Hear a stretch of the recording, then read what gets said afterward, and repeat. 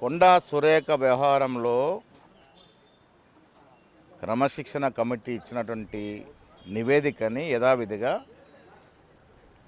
AICC incharge secretary Meenakshi Natarajan గారు పంపడం జరిగింది. కొండా సురేఖ గారు మంత్రిగా ఉన్నారు, ఏఐసిసి సభ్యులుగా ఉన్నారు కాబట్టి ఈ అంశం అంతా కూడా ఏఐసిసి పరిశీలిస్తుంది. ముఖ్యమంత్రి గారు కానీ నేను కానీ క్రమశిక్షణ ఇచ్చినటువంటి రిపోర్ట్ ఆధారంగానే దాన్ని ఏఐసిసికి పంపించడం జరిగింది. ఏఐసిసి వారు ఈ విషయంలో ఎలాంటి ఆలోచన చేసినా అదే ఫైనల్. ఇదివరకు ఈ విషయం ముఖ్యమంత్రి గారు కూడా చెప్పినారు. దీంట్లో ఎవరి మీద కోపతాపాలు, ఎవరి మీద కక్షలు ఉండవు. పార్టీ నియమావళి ప్రకారం పార్టీలో క్రమశిక్షణ ఉండాలన్నది అందరి తపన. ఆ దశగా ఏఐసిసి తీసుకున్న నిర్ణయమే అంతిమం. ఇంకా హరీష్ రావు గారు నీళ్ల గురించి, నాగార్జున సార్ వాటర్ మల్లింపు గురించి మాట్లాడుతూ ఉన్నారు. నేను దీంతో డీటెయిల్గా ఉత్తమ్ కుమార్తో మాట్లాడడం జరిగింది. ఇదివరకే ముఖ్యమంత్రిగా స్పష్టం చేశారు, తెలంగాణ రాష్ట్రానికి రావాల్సిన నీటి వాటా కానీ ఏ ఇతర విషయాల్లో రావాల్సిన వాటాల విషయంలో రాజీ ఉండదు. తెలంగాణ ప్రజల యొక్క ప్రాధాన్యత ముఖ్యం.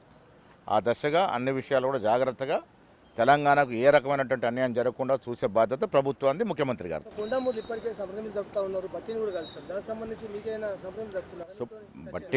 బట్టి గారు డిప్యూటీ ముఖ్యమంత్రిగా ఉన్నారు, సీనియర్ కాంగ్రెస్ నాయకుడు. వారు కలిసి వారితో సమాలోచన జరిగినారు. నన్ను ఎవరన్నా వచ్చి కలుస్తానంటే నేను ఇప్పుడు హైదరాబాద్ లేను, వచ్చిన తర్వాత కలుస్తాను.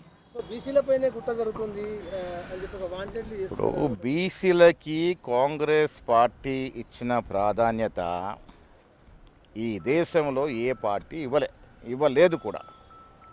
ఇవాళ రాహుల్ గాంధీ గారి ఆకాంక్ష మేరకు రాష్ట్ర ముఖ్యమంత్రి రేవంత్ రెడ్డి గారు కుల సర్వే జరిపినారు. ఇది యావత్ దేశానికి ఆదర్శం. ఇలాంటి కుల సర్వే ఏ రాష్ట్రంలో జరగలే. అధికారికంగా శాస్త్రీయ పద్ధతిలో కుల సర్వే చేసి రిపోర్టు కేంద్రానికి పంపితే కేంద్రం తొక్కిపెట్టింది. ఇది బీసీలకు సముచిత స్థానాలు దొరకాలని ఆ దశ కుల సర్వే చేసింది. రాజకీయంగా, పార్టీ పరంగా మేము ఇస్తున్నటువంటి బీసీల ప్రాంతం మీరు ఒక్కసారి మా పీసీసీ లిస్ట్ తీసుకున్నా, గతంలో ఇచ్చినట్టు కార్పొరేషన్ చైర్మన్ లిస్ట్ తీసుకున్నా మీకు అర్థమవుతుంది. డెఫినెట్గా నా వివరాలు, గతంలో నా పేర్లు ఉన్నటువంటి వివరాలన్నీ కూడా నేను ఇవాళ సమర్పించడం జరిగింది, అధికారులకు సమర్పించడం జరిగింది. Big TV without fear or favor.